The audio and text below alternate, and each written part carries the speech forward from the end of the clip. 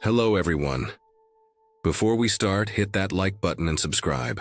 Drop a comment with where you're watching from and what time it is for you.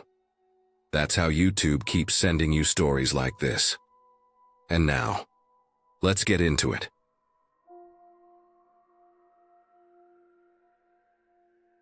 I went out there because I was stubborn and tired, and convinced Google Maps knew better than the locals. I had been driving since noon, hauling a borrowed trailer with a dirt bike strapped inside, trying to make it to a friend's place before midnight. The main highway was under construction, lanes closed and traffic backed up for miles. The app offered a shortcut labeled Service Road. It shaved almost an hour off the estimate. I took it without thinking about why nobody else was using it. The pavement ended fast. The road narrowed into dirt packed hard by trucks that came through when the weather was dry. Sagebrush lined both sides, thick and gray, the kind that holds heat during the day and releases it after dark. The sun dropped behind low hills, leaving a flat purple glow. Dust followed the truck even at low speed. The trailer rattled and popped over washboard ripples. I told myself it was temporary, that the road would loop back to asphalt. The first bad decision came at a cattle gate. It was old steel, bent and wired shut at one end, with a simple latch. There was a sign posted on the fence. I did not read it. Opening the gate meant stopping on uneven ground, getting out, dealing with the trailer, and then closing it behind me. I did not want to do that. I drove around the gate where someone had flattened the brush and cut a narrow path. The tires crushed dry stems. The fence leaned but held. I told myself other people did this all the time. The road kept going. No houses, no power lines, no lights. The sky turned black fast. My headlights carved a narrow tunnel through the sage. The dirt changed texture every few hundred yards, sometimes smooth, sometimes loose, sometimes full of shallow ruts. The truck worked harder. The temperature gauge crept up a little from the constant vibration and low gear. I turned the radio down because it made it harder to hear what the truck was doing. The second bad decision came when my phone lost service. The signal bars vanished without warning. The map froze, then switched to a blank grid with my dot floating alone. I still had the route line saved, but no data. I kept driving because turning around with a trailer on a narrow dirt road at night felt worse than continuing. I told myself service would come back over the next rise. The smell started before the sound. It slipped into the cab through the vents, heavy and wrong. Wet iron, old blood. The kind of smell that sticks to the back of the throat. I checked the mirrors, thinking maybe I had hit an animal and not noticed. The trailer looked fine. No drag. No sparks. The smell faded after a minute. I blamed my imagination and the heat. The road dipped into a shallow draw. The sage grew taller. The truck slowed. That was when I heard something outside, to the right, moving in step with me. Not a steady rhythm like a person. Not light. Each footfall landed with weight, then hesitated, then another followed. It matched my speed when I crawled. When I sped up, it lagged behind. When I slowed, it closed the distance. I rolled the window down an inch. The night air carried the smell again, stronger now, mixed with dust. I told myself it was cattle. I had driven around a cattle gate. This was their land. Big animals move in strange ways in the dark. That explanation should have been enough. It was not. I stopped the truck. The engine ticked as it idled down. The headlights burned into the brush ahead. The sound stopped the moment the truck went quiet.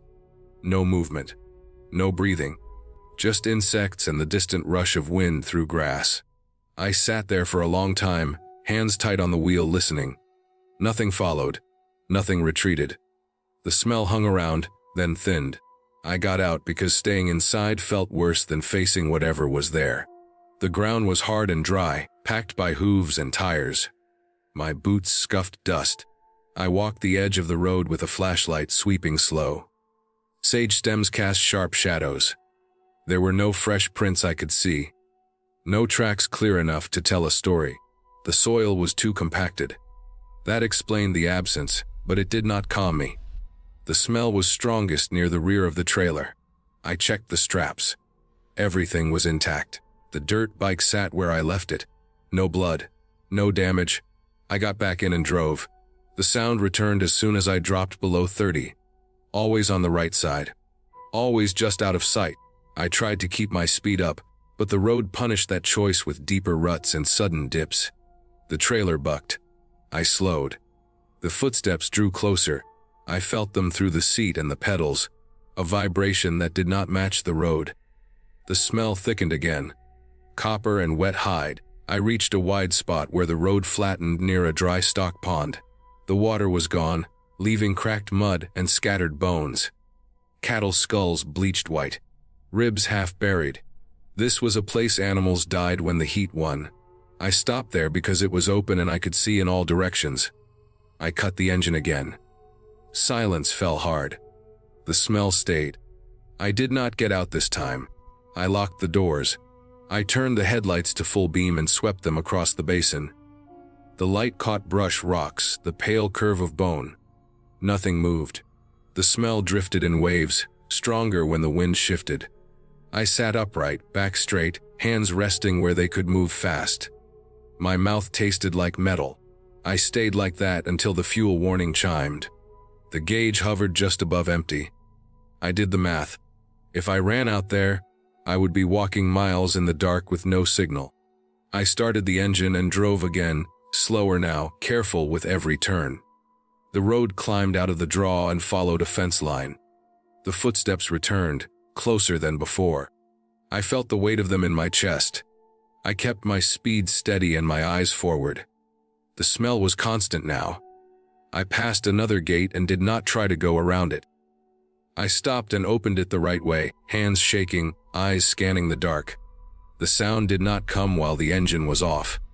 It returned as soon as I moved again. After an hour that felt like a full night, I saw lights ahead. A cluster of them, steady and low. A ranch. As I approached, the sound fell away. The smell thinned until it was just dust and hot oil. I pulled into the wide gravel drive and shut the truck down. The silence there was normal. The kind that rests on buildings and fences. I stayed in the cab until my breathing slowed. In the morning, daylight made the place ordinary. The road behind me was just a service track through grazing land. The ranch owner came out and looked over the tire marks where I had gone around the first gate. He followed them with his eyes to the basin. He told me later, after I had rested, that a bull had broken a leg there weeks earlier. It had dragged itself along the road for days before it died. Coyotes and feral dogs had worked the body. He said wounded cattle sometimes pace vehicles at night, drawn by sound and light, confused and aggressive, heavy on their feet. On hard ground, their tracks disappear. The smell lingers long after the body is gone.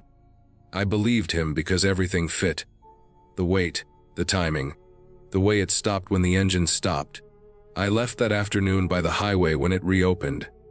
I did not argue with the map again.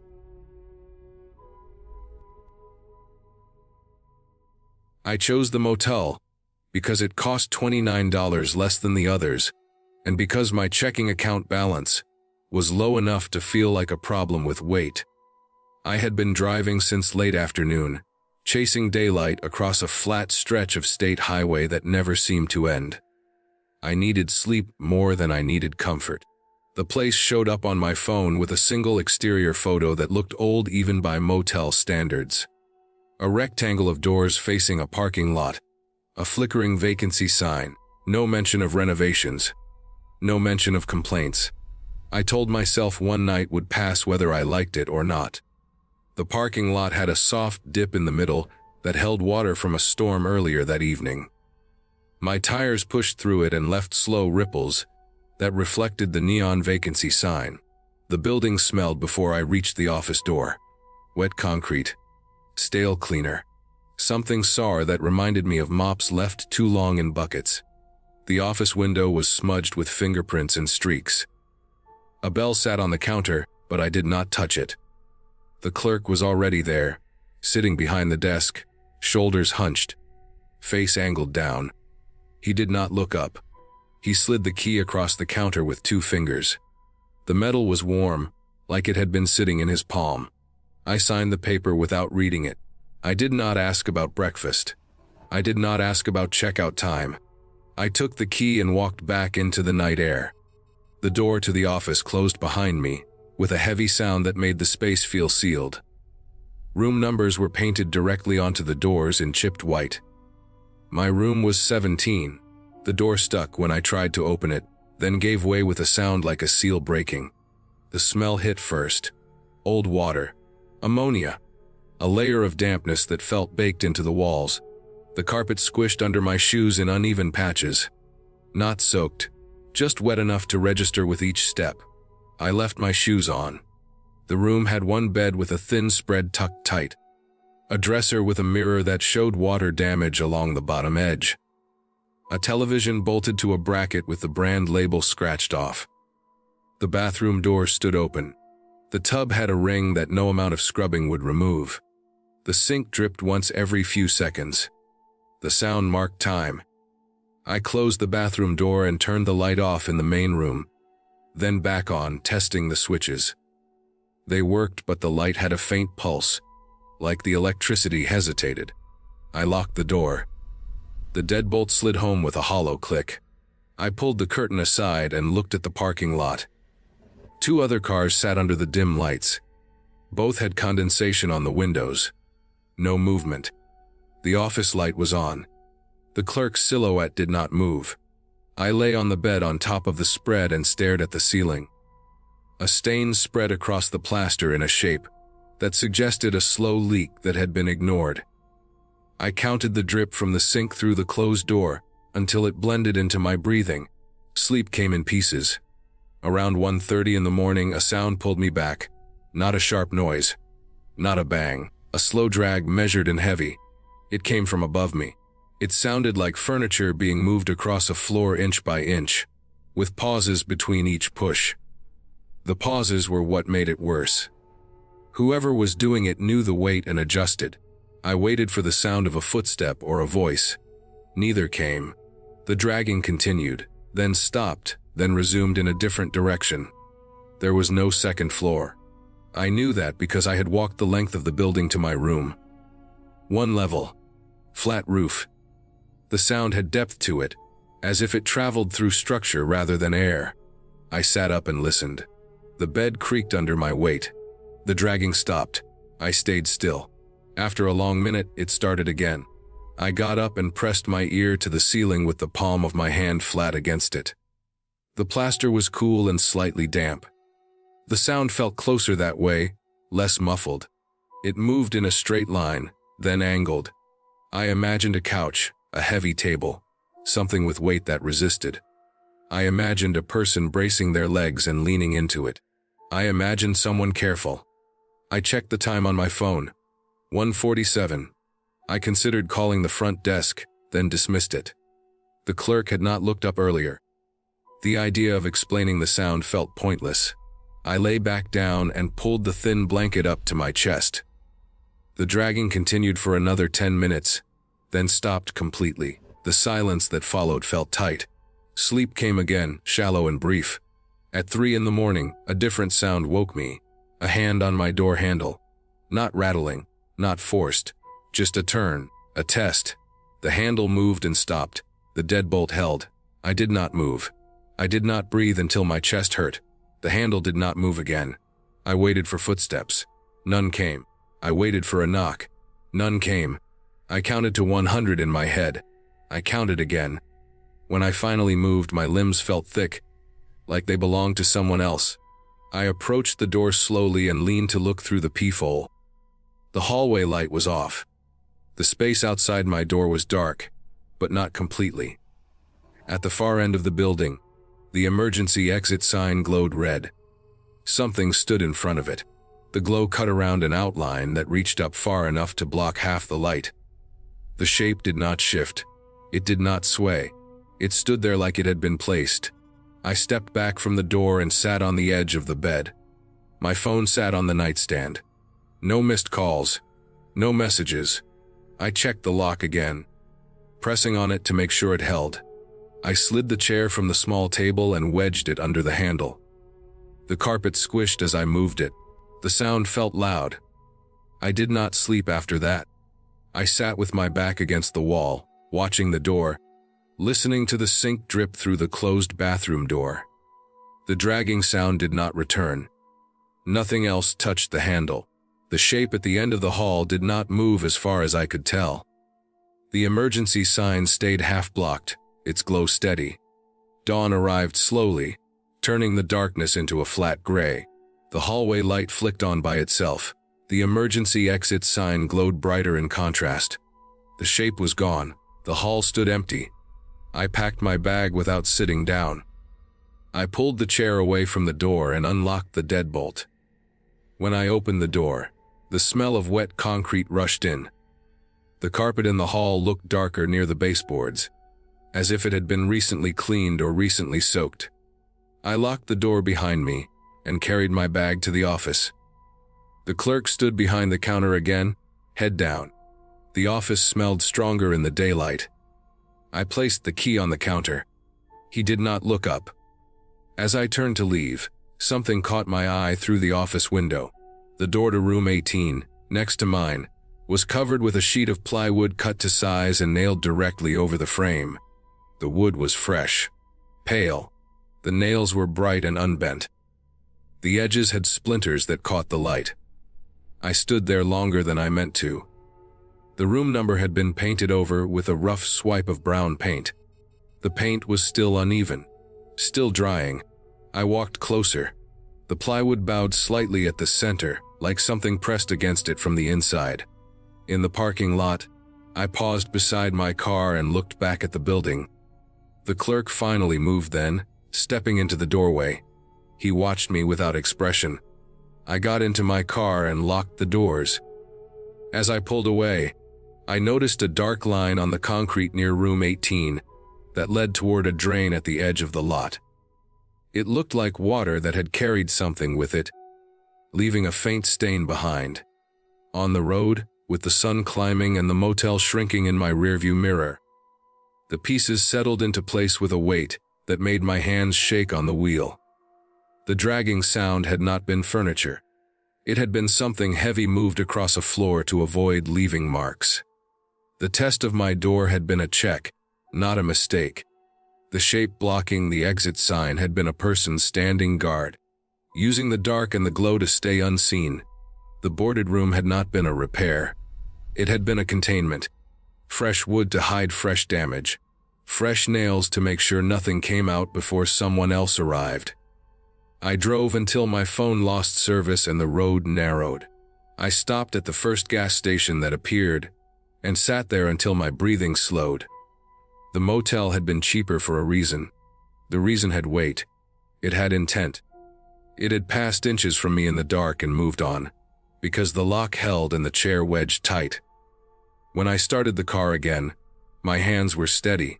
I did not stop until the sun was high and the world felt solid again.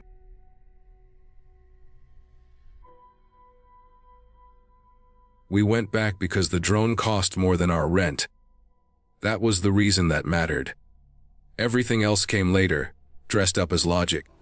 We had driven out to the lake to film smooth shots for a short travel video. Nothing serious, just something to justify the camera gear and pretend we were moving forward. The lake sat at the edge of a state forest, ringed by pines and scrub oak, the kind of place people used for day hikes and fishing. It was late afternoon when we arrived. The sun was still high, light bouncing off the water hard enough to make us squint. We drank cheap beer and sent the drone out over the lake, laughing at how professional it looked on the controller screen. The crash happened fast. 1 second the drone was sliding sideways above the tree line.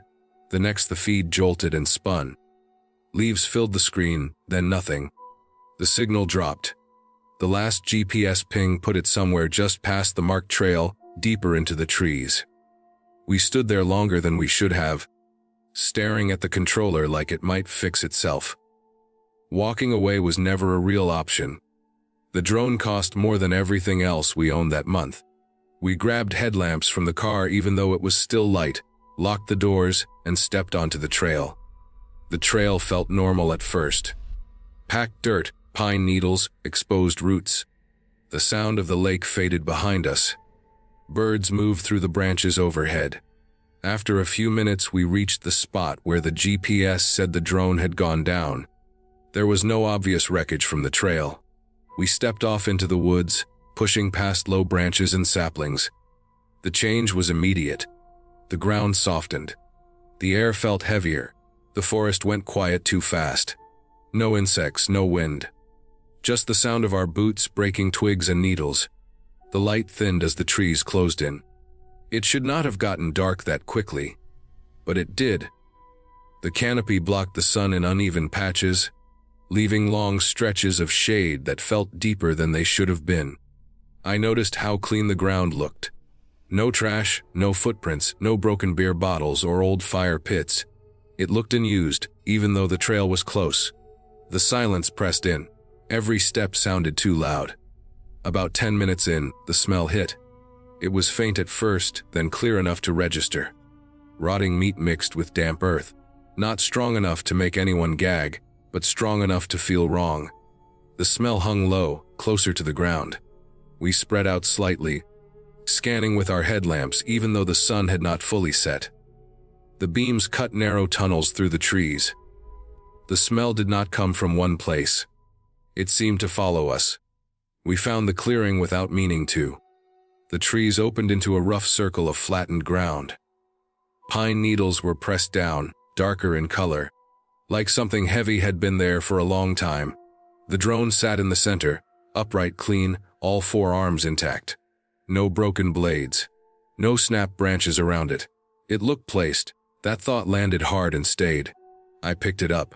It was cool to the touch. No warmth from recent use. The battery was dead. Standing there, I realized I could not remember walking into the clearing. There was no clear entry point. No obvious path through the trees. It felt like the space had appeared around us rather than the other way around. The smell was stronger there, but still spread out, as if soaked into the ground rather than coming from a source. We stayed longer than we should have, checking the drone, scanning the edges of the clearing. The forest beyond the circle looked thicker, darker, almost layered. We turned back the way we thought we had come. The woods did not look the same. Trees leaned at slightly different angles. Rocks that should have been landmarks were gone. The headlamps came on fully as the light drained from the sky. The beams picked up movement ahead, faint flashes of light reflecting back at us.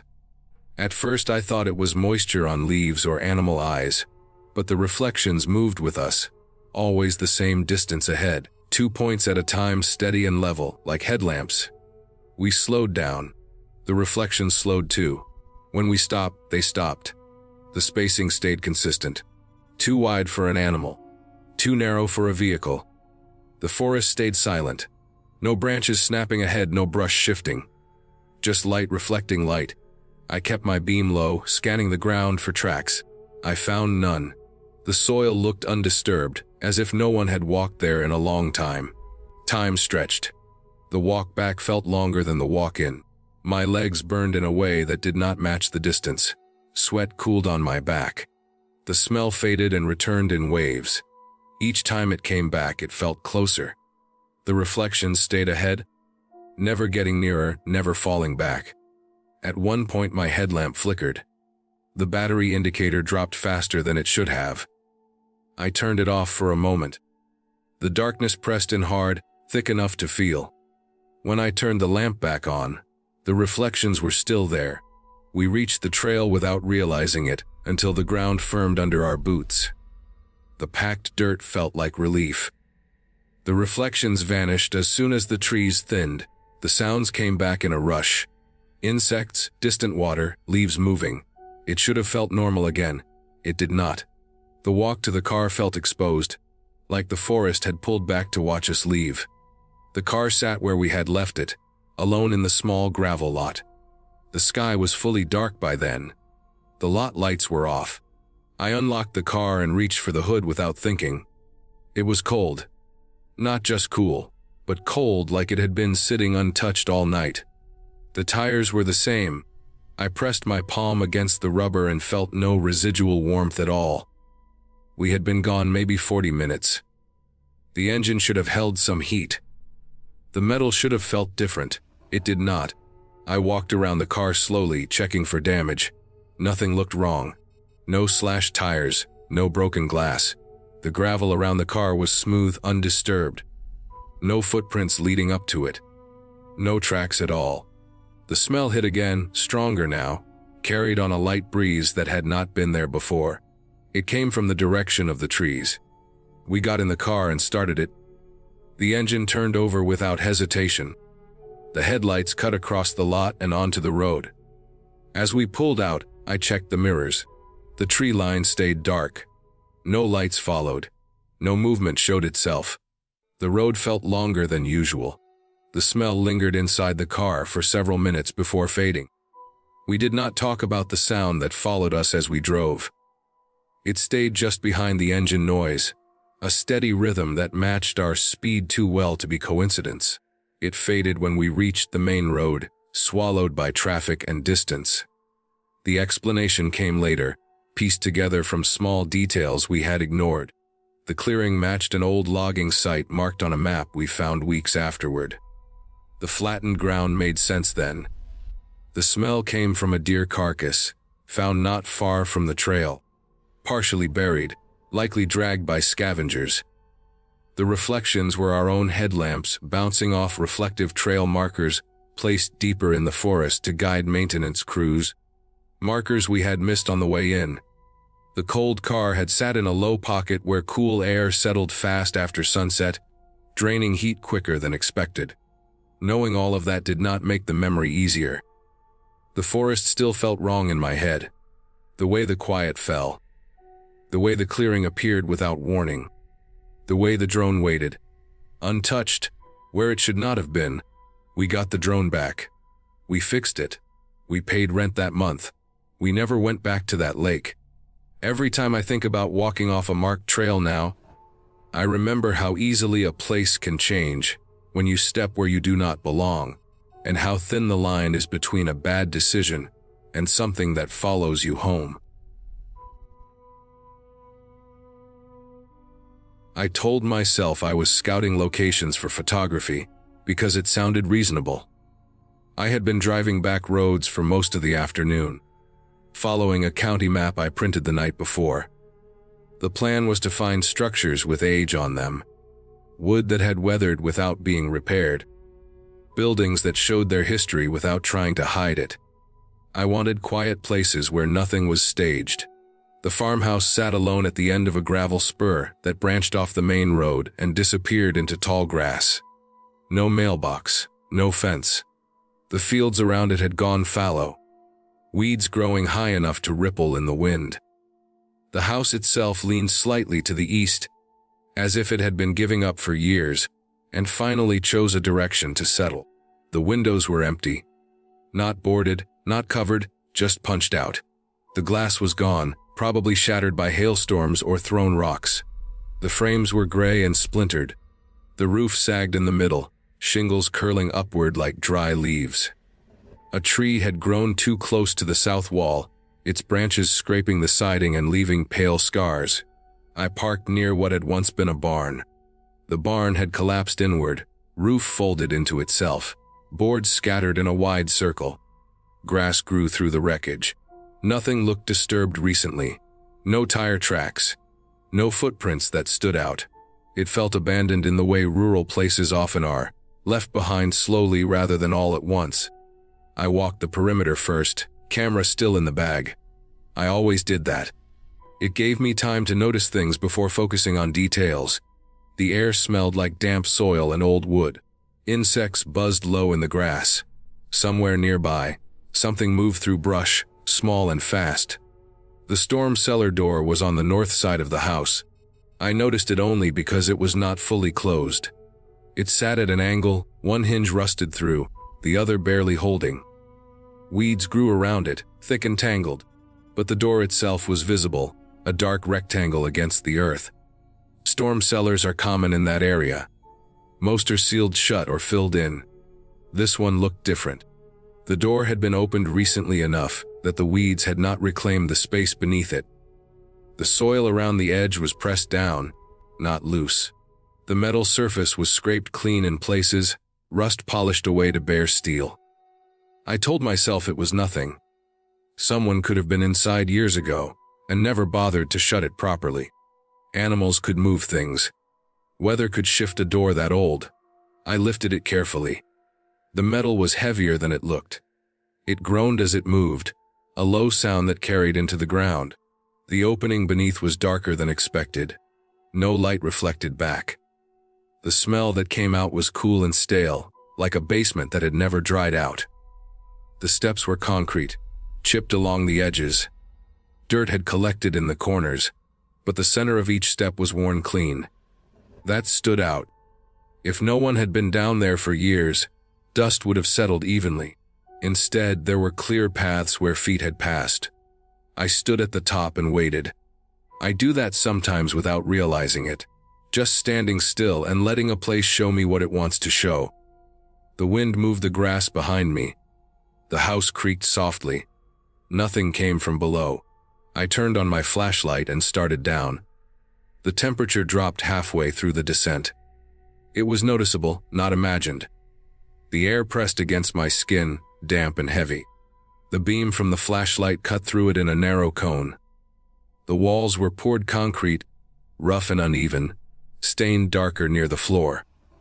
The dirt floor at the bottom was packed hard, not loose, not dusty. It looked swept.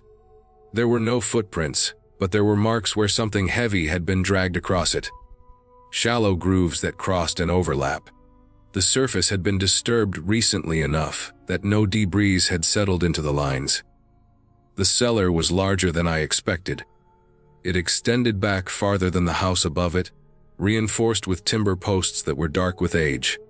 Shelving lined one wall, empty except for rust stains and a few splintered boards. The shelves were clean, free of cobwebs. The scrape marks on the walls were at shoulder height, not straight, not consistent. Some were shallow, others deeper. They curved and angled, clustered in places, then spread apart. The concrete around them was lighter. The dust brushed away. I ran the light along them slowly, following their pattern. That was when I noticed the sound. Breathing is something you recognize even when you do not want to. It has rhythm. It has weight.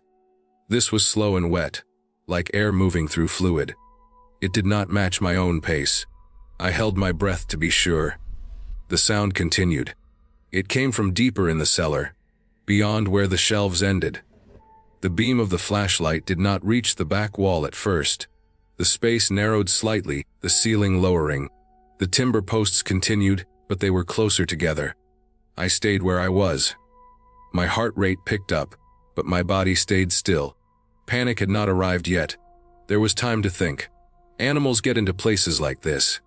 Raccoons, feral dogs, even people passing through. There were explanations that did not involve danger if handled carefully. I adjusted the flashlight and stepped forward once. The breathing stopped. The silence that followed felt deliberate, not empty, waiting. The beam reached the back wall. The concrete there was marked heavily, scratched and gouged in wide arcs. Some of the marks were fresh, pale against the darker surface. Others were older, layered beneath. Near the floor, there were streaks where something had rubbed repeatedly, polishing the concrete smooth. In the corner, there was a pile of debris. Cloth scraps, flattened cardboard, bits of plastic. A makeshift bedding area pressed into the dirt. The edges were neat. The center was worn down. I did not see a person. I did not see an animal. I heard the breathing again, closer this time from my left. The beam swung instinctively, catching movement along the wall. A shape pulled back out of the light, fast and low. The sound changed, became sharper, strained. That was enough. I backed toward the stairs without turning around. I kept the light steady, moving it slowly, not chasing the motion. The scrape marks along the wall guided my eyes. They led toward the steps. They overlapped there, clustered thickly, as if whatever made them spent a lot of time near the exit. The breathing followed. Not rushing, not closing distance, just present. My foot found the first step, then the next. I kept backing up, one at a time, until the angle of the light caught the edge of the opening above. Daylight looked unreal, too bright, too far away. The sound did not come up the stairs. It stayed below, steady and patient. When I reached the top, I did not slam the door. I lowered it as quietly as I could. The hinge protested, but the sound was brief. I set the door into the earth and pressed it down until it lay flat. My hands shook when I picked up the broken concrete block from nearby. It had probably fallen from the foundation years ago. I dragged it over and slid it onto the door, positioning it so the weight rested near the hinge. The metal creaked under the pressure. I stepped back and listened. Nothing came from below. No pounding, no movement. Just the wind moving through grass again, the normal sounds returning as if they had never left. I left without taking a single photograph. I drove until the farmhouse was a small shape in the rearview mirror, then until it disappeared entirely. The road felt longer than before. Every dip and curve made me tense, expecting something to follow. When I reached pavement, my shoulders finally dropped. I told no one about it that day. I told myself it had been a trespasser, someone living rough, hiding out in a place that no one visited. That explanation fit the evidence. The bedding, the swept floor, the fresh scratches could have been from tools from hauling supplies. The breathing could have been someone sick, startled, trying not to be seen. That night, I slept poorly. I dreamed of knocking from underground. Not loud, not frantic. A steady rhythm spaced evenly, coming from beneath the floor of wherever I stood. In the dream, I moved from room to room, and the sound followed, always below, never closer, never farther. I woke with my heart racing and my jaw clenched tight. Over the next week, the dream came back twice. Each time, the knocking grew more precise, as if whoever made it knew exactly where I was standing. I started looking into the area out of habit more than fear. Old county records were available online. The farmhouse had been built in the late 1940s. It changed hands several times, then sat vacant after a foreclosure. No reports of crime tied to it. No missing persons linked directly to the address. There was, however, a mention in a local paper from a few years back about a transient man arrested in a neighboring county. He had been living in storm cellars and abandoned basements, breaking into rural properties for shelter. He suffered from a respiratory illness that left him with damaged lungs. The article mentioned neighbors reporting strange sounds at night near unused structures. He was released after a short sentence. No further updates followed. I drove past the turnoff once, weeks later during daylight. I did not slow down. From the road, the farmhouse looked the same as before. Quiet, empty, ordinary. The dream stopped after that. I still photograph old places, but I do it differently now. I stay above ground. I do not open doors that have been closed by time. When I review my images, I pay attention to the details I once overlooked. The worn paths, the cleaned surfaces, the signs of use that do not match the story a place appears to tell. Some buildings are not abandoned. They are simply occupied by people who have learned how to disappear.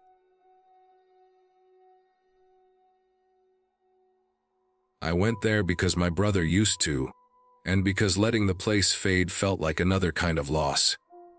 He had spent years walking that ridge, hunting in season, checking cameras, fixing stands. After he died, the woods became a thing I carried instead of visited. When spring came and the ground thawed, I told myself it was time. The excuse was maintenance. The truth was simpler. I wanted to stand where he stood and see if anything of him remained. The ridge sits behind a patchwork of state land and private timber, reached by a dirt road that washes out every winter. I parked where he always did, nose of the truck pointed downhill in case the road softened. The air smelled wet and old. Fog lay across the low ground and climbed the trees in layers. It was late April, warm enough for insects, but nothing moved. The silence pressed in. Even my boots sounded wrong, like the ground absorbed sound instead of reflecting it. He used to say the ridge felt alive. Not in a mystical way. He meant it shifted. Winds cut up through a narrow draw and funneled along the crest. Sound carried farther than it should, then dropped out without warning. Leaves whispered when nothing else stirred. He said you had to pay attention there, or you missed things. I had laughed at the phrasing when he said it, but I remembered it as I walked. The trail-in was faint, more a habit than a path. I recognized bends by feel. A white oak with lightning scars. A cluster of boulders sunk into the soil like teeth. The fog thinned as I climbed but never lifted. Sunlight brightened it from above, turning it into a dull glow without direction. I checked my phone for time and signal. Neither mattered. The phone stayed in my pocket after that. I found his old tree stand where he had marked it on a map years back. It leaned at an angle that made my chest tighten. The platform had dropped, one side hanging lower than the other. The straps were still wrapped around the trunk, but they were severed. Not torn, not cut, chewed. The ends were frayed and uneven, fibers gnawed down to a wet fuzz. Squirrels do that sometimes for nesting. Porcupines too, if salt from sweat draws them. It should have been obvious. Instead, it felt like a violation. The stand had been safe when he last checked it. He had sent me a photo. The bark scar beneath the straps matched the picture. Time had worked fast. I ran my hand along the tree. The bark was cool. Sap stuck to my fingers. The stand itself creaked when I touched it, a small sound that jumped in the quiet. I stood there longer than I meant to, cataloging damage, making a list in my head. Replace straps. Check ladder rungs. Pull the stand entirely if the trunk had shifted. Practical thoughts helped. They gave me something to hold. When I turned back toward the truck, the fog thickened again. The ridge narrowed. Wind rose through the draw, a steady push that carried smell and sound in odd ways. I kept my eyes on the ground. Leaves slick with moisture made footing uncertain. Halfway down, I heard my name behind me. It was clear. It was his voice. The sound came from just off my right shoulder, at the height he would have stood. It carried no echo. It was not a shout. It was the way he said my name when he wanted my attention without urgency. I did not turn around. My body locked and then moved forward. I set my gaze on a stump ahead and counted steps the way I used to on long climbs when my legs burned. 1 through 10. Again. The wind surged, then fell. Leaves scraped. A branch knocked against another, making a sound like a shoe against rock. Nothing else followed. I kept walking. I did not check behind me. I did not say anything out loud. The rational part of my mind started working even as my pulse hammered. Sound carries strangely on that ridge. I knew this. The brain fills gaps when grief stays close. I had not slept well. I had expected to think of him. Auditory memory is strong. Under stress, it can surface as sensation. The ground leveled. The fog thinned near the truck. I reached the tailgate and leaned my hands on the cold metal until the shaking eased. The woods remained quiet. No footsteps followed. No branches snapped. The silence returned to its earlier state, heavy but empty. I drove out slow. At home, I unloaded gear and set it aside. I waited until evening to check the trail cam footage, telling myself there was no rush. The camera had been mounted lower than usual, angled toward a crossing he liked. He had texted me about it the year before, pleased with the spot. The camera turned on without issue. Battery showed full. The date stamp was correct. The card read as intact. The file list loaded, and a block of time was missing. Not a corrupt clip, not a partial. Hours were simply absent. The timestamps jumped from early morning to late afternoon. No record of motion, no error logs, nothing to suggest the camera had powered down. I pulled the card and read it again on my computer. Same result. I ran a recovery program. It found nothing. I checked the camera settings. Motion sensitivity unchanged. Delay unchanged. I checked the camera itself for damage. The housing was intact. The lens was clean. The seal was tight. Missing footage happens. I knew that. Memory controllers fail without warning. Write cycles can skip under specific conditions. Temperature swings cause condensation. A camera can be triggered continuously by moving fog or branches, filling a buffer and overwriting earlier files. Except the card was nowhere near full. I went back through older clips. In the weeks before my visit, the camera had captured hours of nothing. Fog drifting, leaves stirring. The wind rose and fell in patterns that matched my memory of the ridge. At one point, sound picked up faintly. The microphone recorded a low rush, then a drop into near silence. I leaned closer to the speakers, listening for something that would explain what I had heard. There was nothing that could. The explanation came together over days, not all at once. The chewed straps were rodents, drawn to salt and fiber. The stand had collapsed under its own weight when the straps failed. Not recently, but sometime after his last visit. The missing footage aligned with a period of heavy fog and variable wind. The camera's motion sensor would have fired constantly. The internal buffer likely filled, and the controller overwrote files without flagging an error. That flaw had been reported for that model, buried in forum posts I found later. As for the voice, I traced that too. Sound on the ridge does not behave. The draw acts like a duct. Wind can carry speech from the road far below, then drop it close without direction. A hiker, a hunter, someone calling a dog. The cadence of a familiar voice can be imposed by a mind primed to hear it. Grief sharpens pattern recognition until it cuts you. I went back once more to pull the stand and the camera. The woods were normal that day. Birds returned. Squirrels chattered. The fog lifted early. I worked without rush, hands steady. When I finished, I stood at the crest and looked down the draw. Wind moved through it in waves I could see in the leaves.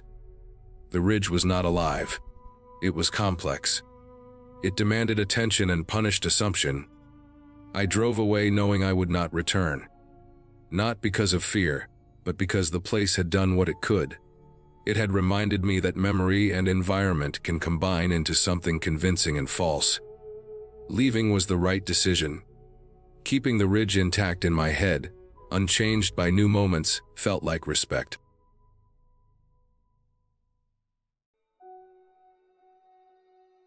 We went because we were drunk, bored, and convinced it would be harmless.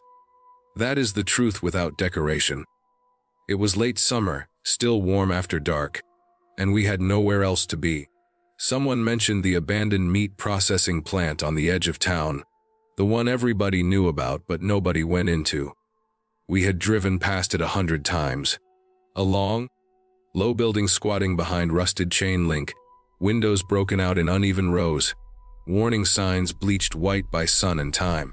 It had been shut down years ago, after a series of violations and lawsuits. That was the story everyone repeated. No one ever said more than that.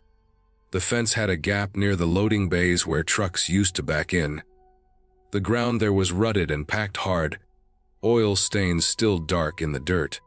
We parked with the lights off and laughed quietly, the kind of laughter that comes from nerves and alcohol. I remember thinking the place smelled wrong even from outside. Not rotten, not sharp, just heavy like damp cardboard and old metal. We climbed through the gap in the fence and crossed the yard. The building loomed larger up close. The concrete walls were stained in streaks where rain had carried rust down from exposed rebar. Pigeons roosted in the rafters of the open bays, their droppings crusted thick on the ground. The doors were gone, torn off or removed, leaving black openings that swallowed the light from our phones. Inside, the temperature dropped hard. It felt like stepping into a basement freezer. My skin tightened. The air pressed against my face and lungs. It was not just cooler, it was dense. Each breath felt deliberate. The smell was stronger now, a mix of iron, old bleach, and something sweet that made my stomach turn. The floor near the entrance was concrete, pitted and cracked. It was slick underfoot. Not wet exactly, more like coated. When I shined my light down, it reflected back dull and uneven. I wiped my shoe on a dry patch and kept moving. The building was laid out in long corridors broken by wide processing rooms. Overhead, metal rails ran the length of the ceilings, the tracks where carcasses once hung and moved. Hooks still dangled from some of them, swaying slightly in the air currents we stirred. They were thick, industrial, blunt at the tips from years of use. We walked slowly. Our footsteps echoed too loudly, then died too fast, swallowed by the walls. The silence behind us felt heavier than the sound in front of us. Every room looked stripped but not empty. Machines sat unplugged and gutted, panels removed, wires cut short. Control boxes hung open like broken jaws. Labels were still taped in place, some curled, some stained dark brown. The first door we tried did not move. It was a heavy steel door with a thick handle and a slide bolt mounted on the inside. The bolt was thrown. That was strange on its own. Most abandoned places are left open or smashed. This door looked sealed deliberately. I put my hand near the metal and felt warmth. Not heat, just warmer than the air around it. Enough to notice. Further in, we found more doors like that. Some were freezer doors, thick and insulated, their rubber seals cracked but intact. Others were plain metal, marked with faded stencils that meant nothing to us. Many were bolted shut from the inside. A few had more than one bolt. In one room, 3 doors along the same wall were all secured the same way. It felt organized. It did not feel random. The floor changed texture as we moved deeper. Grooves ran toward floor drains, wide enough to catch a boot heel. Dark residue filled the low points, thick and matte. It did not smear when stepped on. It clung. Each step made a quiet tearing sound, like pulling tape off cardboard. We kept finding small signs that the place had not been completely abandoned. Fresh footprints in dust that had otherwise settled thick. A plastic bottle that still had condensation inside. A breaker panel with one switch recently flipped. None of it made sense together. No one lived there. No one worked there. The town would have known. The building felt occupied. That was the thought I could not shake. Not haunted. Not watched. Occupied. Like we had walked into a space where tasks were ongoing, paused only briefly. The air carried that feeling. The way a kitchen smells when someone steps out for a moment. The way a garage feels when a car has just pulled in. One of my friends slipped near a drain. His foot went out from under him, and he caught himself with his hand. He stood up fast, breathing hard, and shook his hand. I shined my light on it. The cut was shallow but long. The skin split clean. Blood welled up slow and dark. It dripped onto the floor. Instead of spreading thin, it gathered. It pulled inward, thickening, the edges rounding as if contained. The concrete around it stayed dry. The blood sat there, glossy and heavy, like syrup poured onto wax. I crouched and touched the floor near it with my finger. The surface felt tacky, almost soft. My friend pressed his hand to his shirt and wrapped it tight. We stood there longer than we should have, watching the blood pool. After a minute, it was gone. Not smeared. Not tracked away. Gone. The spot looked the same as it had before, dark and dull. We did not say anything. We did not need to. The mood shifted then. The joke stopped. The casual movement drained away. We became careful. Each step was placed. Each breath measured. We started back the way we came. It was not panic. It was decision. Running felt wrong, loud, sudden. Like knocking over furniture in a place you are not welcome. We walked. As we moved, I noticed sounds that had not been there before. A low hum, just at the edge of hearing. It rose and fell slowly, like machinery cycling. Somewhere deep in the building, water dripped at a steady pace. Metal clicked, not randomly, in sequence. We passed a room we had not seen on the way in. The door stood open. Inside, the floor was cleaner than the rest, washed recently. The drains were clear. The walls were scrubbed bare. In the center of the room stood a table bolted to the floor. The surface was scored with deep cuts, crisscrossing, overlapping. No dust lay on it. Above the table, a light flickered. It was on. We did not enter that room. We kept walking.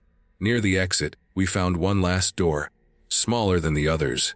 No markings. The bolt was thrown, but the door itself was slightly ajar. A thin line of warmer air slipped out, carrying a stronger smell of iron and cleaning chemicals.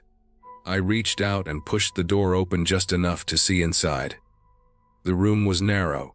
Shelving lined the walls, On the shelves sat containers labeled by hand, dates, weights, short notes written in marker. Everything was organized, recent. The floor was clean. A hose lay coiled in the corner, still damp. I closed the door without opening it further. When we stepped back outside, the night air felt thin and sharp. The heat hit all at once. The sounds of insects rushed in, loud and frantic, like they had been waiting. I did not realize how quiet it had been inside until that moment. We crossed the yard without speaking and climbed back through the fence. Our hands shook as we unlocked the car. I kept looking back at the building, expecting movement, lights, anything. It sat still, dark again, windows empty. We drove away slow. No one turned on the radio. No one laughed. My friend with the cut unwrapped his hand and checked it under the dome light. The bleeding had stopped completely. The wound looked older than it should have, the edges stiff and dark. The next day, I went back alone in daylight. I parked on the road and walked up to the fence. The gap was gone. Fresh wire bound the posts tight. New warning signs hung crooked but bright, bolted into place. The doors were sealed with welded plates. The windows were boarded. A notice was posted on the fence. Condemned. Hazard remediation in progress. Unauthorized entry prohibited. I did not try to go in. Later, I looked up the plant's history. Not the rumors, the records. It had not shut down cleanly. There had been an investigation, missing inventory, missing waste logs, unaccounted losses. The case had gone quiet. The company dissolved. The property changed hands twice without sale. Remediation had been scheduled and delayed for years, then approved suddenly without announcement. I understood then what the building had been. Not abandoned, not empty, just waiting. Processing had never stopped. It had only narrowed. We were lucky. We were not useful. We left before we became part of the workflow. I still think about the floor and how it took what it was given without spill or stain. I do not drink out of boredom anymore. I do not trespass. Some places do not need locks to keep people out. They rely on the fact that most people do not notice when they have stepped into something that is still alive.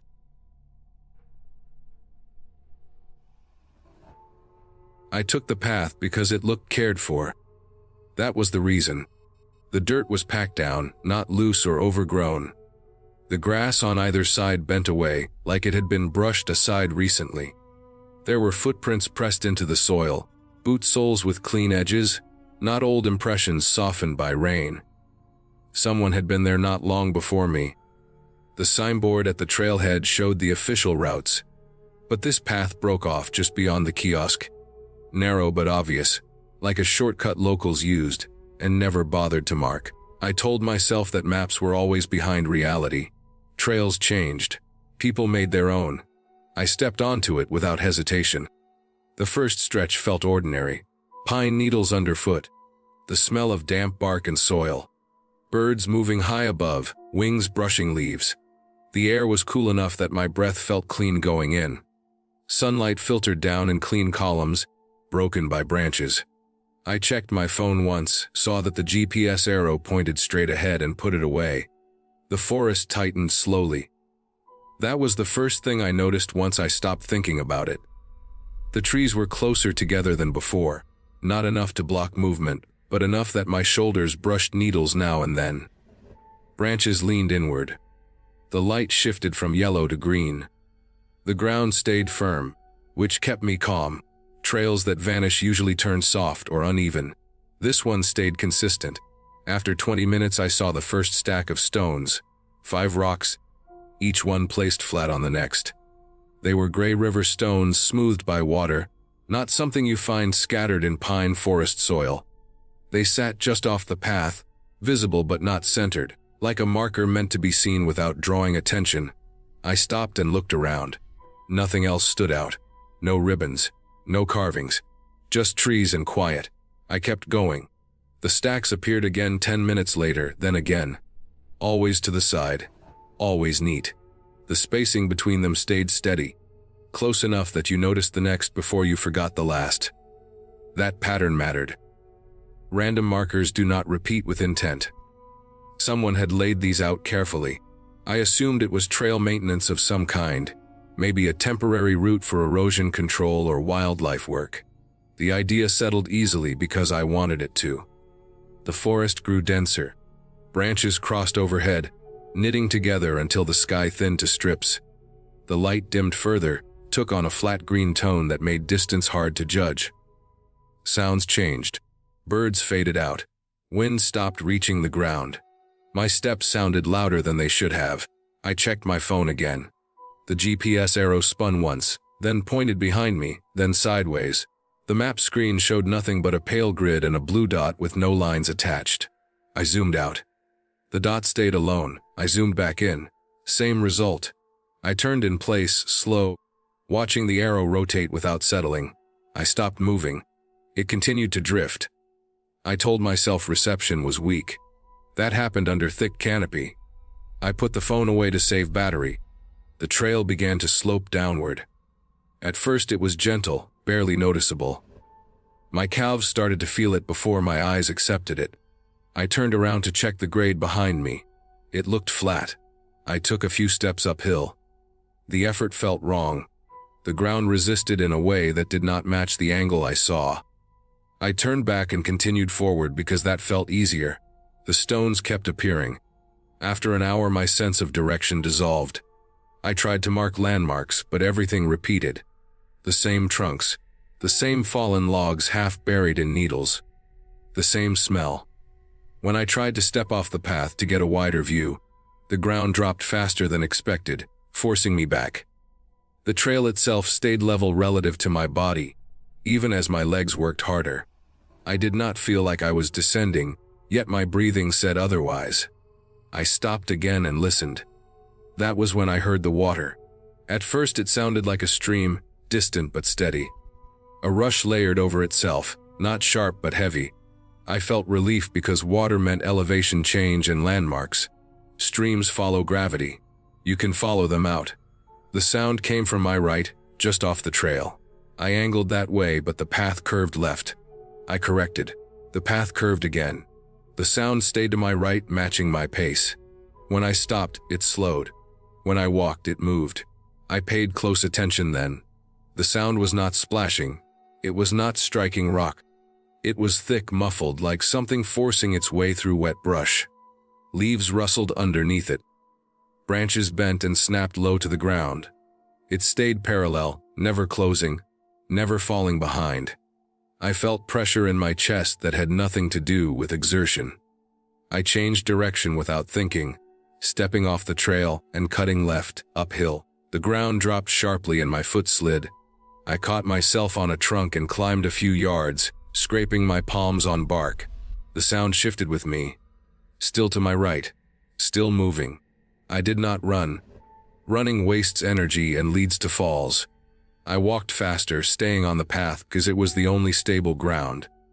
The stones appeared more frequently now. Some were knocked over. Others were newly stacked, dirt still clinging to their sides.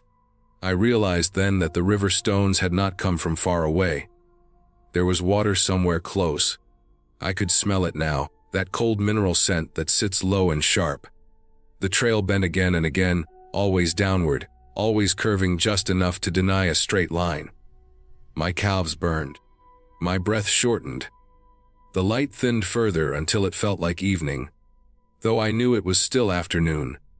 I checked my watch and saw that 2 hours had passed since I left the kiosk. That made no sense. I had not covered that kind of distance. The sound grew louder. I stopped trying to understand it and focused on getting out. I chose a direction at random and committed to it, refusing to correct when the path curved. I cut across the bend, breaking through brush, ignoring scratches. The slope increased sharply. My legs shook. My boots lost grip. I slid more than walked, grabbing roots, pulling myself forward. The sound fell behind for the first time. That told me I was moving away from something real. The forest thinned without warning. Trees gave way to scrub. Light broke through in clean sheets. I stumbled onto gravel and fell hard, skinning my knee. The smell of asphalt hit me before I saw the road. I crawled the last few feet and lay there, chest heaving, face pressed into stone that still held warmth from the day. Cars passed. Headlights cut through the trees. I stood when I could and flagged one down without thinking about how I looked. Later, after I was steady and clean and able to explain where I had been without my voice shaking, I went back to the station. I described the trail in detail.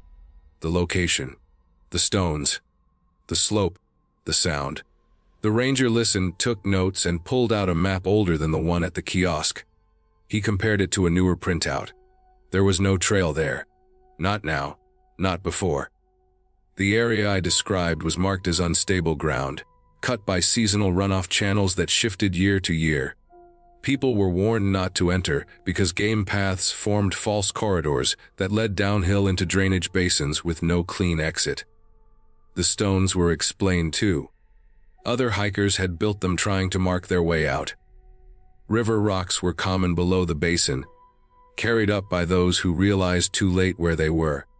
The sound I heard matched runoff moving beneath brush after snowmelt, fast enough to bend growth without breaking the surface. It followed the contour of the land, not me. I only thought it tracked my movement because the trail did. The maintained look came from traffic, not care. Enough people had made the same mistake to wear the ground smooth. Enough had tried to fix it to leave signs behind. Enough had failed to keep those signs consistent. I understood then that nothing had followed me. Nothing had guided me either. I had walked into a shape the land made on its own, one that pulled people downward and kept them there, until they learned to climb out or could not. I did not return to that area. I stopped trusting paths that were not named. When I hike now, I check the map more than once. I turn around early. I pay attention to slope. The forest does not need intent to trap you, it only needs patience. I took the job because it paid cash and I needed it fast. That was the honest reason. I had just moved, my savings were gone, and I saw an online post asking for help clearing out a rural property before it went up for sale. 1 day of labor. No experience needed. Remote location. Bring gloves. That should have been enough warning on its own, but it sounded simple, and I told myself that simple work in a quiet place was exactly what I needed. The drive took almost 2 hours. The last stretch was a narrow county road that slowly degraded into cracked asphalt, then gravel, then dirt. My phone lost signal about 15 minutes in. The trees pressed closer the farther I went, tall and thin, planted in rows that suggested logging land rather than forest. The address led me to a rusted gate already hanging open. I drove through without stopping, because it felt worse to get out and examine it. The house sat far back from the road. It was a single-story structure with peeling paint and boarded windows. The roof sagged in the middle like a tired spine. There were no other buildings in sight. No barns. No sheds. Just the house and a long field of dead grass behind it that ended at a tree line. The silence felt heavy, not peaceful. No wind. No insects. Even the car sounded too loud when I shut it off. I did not see anyone waiting for me. I checked my phone again, even though I already knew there was no service. I assumed the owner would arrive later. The instructions in the post had said to start with the basement and work upward. That detail stuck with me.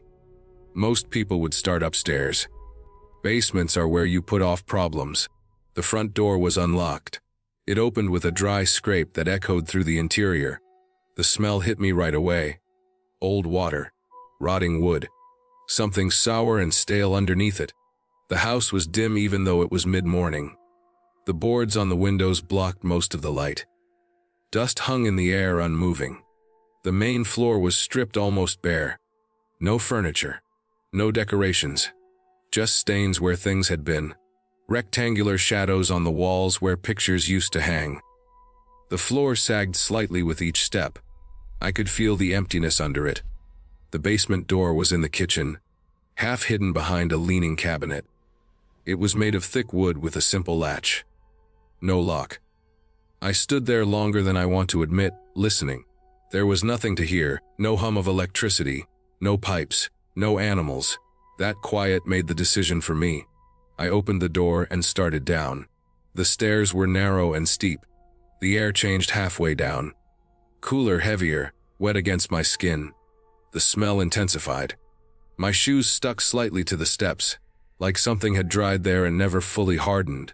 At the bottom was a concrete floor with dark patches spreading outward from the walls. Water damage, I told myself. Flooding. Common in old places. The basement lights did not work. I used my phone flashlight, already aware of how fast the battery could become a problem. The beam cut through the dark and landed on stacked boxes, plastic bins, and loose piles of debris. Everything looked disturbed, not abandoned. Paths had been worn through the dust. Not footprints exactly, more like repeated dragging. I began sorting, moving items into piles like the post had instructed. Trash, salvage, keep. Most of it was junk, broken tools, moldy clothes, old magazines stuck together. The deeper I went, the worse the smell became.